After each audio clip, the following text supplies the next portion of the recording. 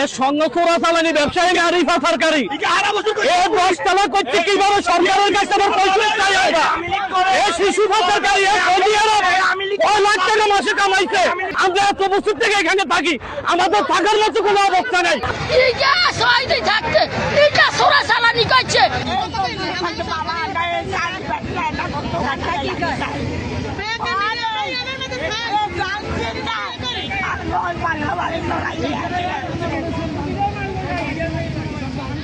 আমরা এত বছর থেকে এখানে থাকি আমাদের থাকার মতো কোনো অবস্থা নেই সরকার যদি 70 ফুট বলছে আমরা 70 ফুট না আমরা 80 ফুট ছাড়ে দিয়েছি এরপরে আমাদের থাকার বাসস্থান আমাদের ঘর আজকে 1 টাকা খাই আজকে কিছু লোকগুলো আজকে আমাদের ঘর ভাঙতে হচ্ছে আমি সরকারের কাছে আহ্বান জানাই আমাদের থাকার মতো কোনো অবস্থা নেই এটা আমাদের ভিত্তি সম্পত্তি এর টাকা পয়সা খাওয়াই বিভিন্ন জায়গায় আমাদেরকে উচ্ছেদ করার চেষ্টা করতেছে এই সঙ্গে চোরাচালানি ব্যবসায়ী এই গাড়ি পাচারকারী এই শিশু পাচারকারী এই কুখ্যাত সন্ত্রাসী এই আওয়ামী লীগের দালাল ছিল এই আওয়ামী লীগের দালাল ছিল এখন বিএনপির সাথে যোগ দিচ্ছে বিএনপির সাথে যোগ দিচ্ছে আমাদের এই বাসস্থান ভাঙতেছে আমরা সরকারের কাছে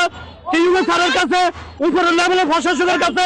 আমাদের আবেদন আমাদের থাকার মতো কোনো অবস্থা নেই আমাদের যাতে ঘরগুলো থাকে আমরা একে আবেদন করে আগে আমাদের লাশের উপর দিই এই বেকু চলবে আমরা আমাদের জীবন দিয়ে দিব আমাদের থাকার মতো কোনো ব্যবস্থা নেই আমরা আগে সরকারের কাছে আহ্বান জানাচ্ছি এর সঙ্গে চোরাচালানি ব্যবসায়ী আরিফা সরকারি এই 10 তলা করতে কিভাবে সরকারের কাছে আবার পয়সা চাই আমরা এই শিশু সরকারি কয় লাখ টাকা মাসে কামাইছে এই 10 তলা ভবন করছে সেই সঙ্গে চোরাচালানি ব্যবসায়ী দেশের লক্ষ লক্ষ তার কত উপকর্ম আছে সে এখন প্রশাসন বিভিন্ন লেভেলে টাকা দিই আমাদের ভিত্তি সম্পত্তি এটা আমাদের বাপদাদার সম্পত্তি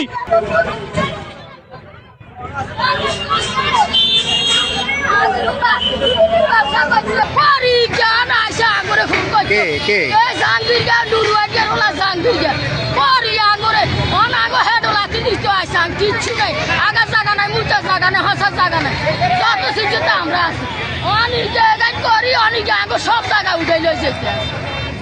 সরকার একটু নিবে আমরা একটু জ্ঞানের জন্য তৈরি আছি সরকার সারা মাত্র আমরা দিয়ে দিব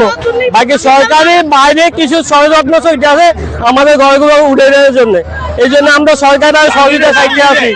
এই জাহাঙ্গীর 10 তলার এরা জায়গা দিয়ে এখানে আমাদের ঘরগুলো ভাঙতে চায় আপনি আমাদের ঘরগুলো দেখেন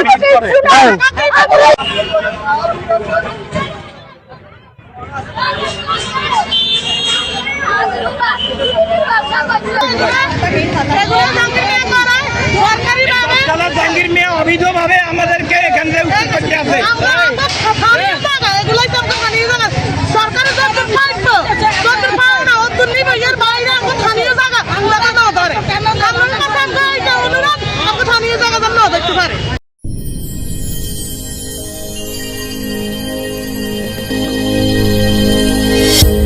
ভিশন 24 দৃষ্টিতে বিস্ময়।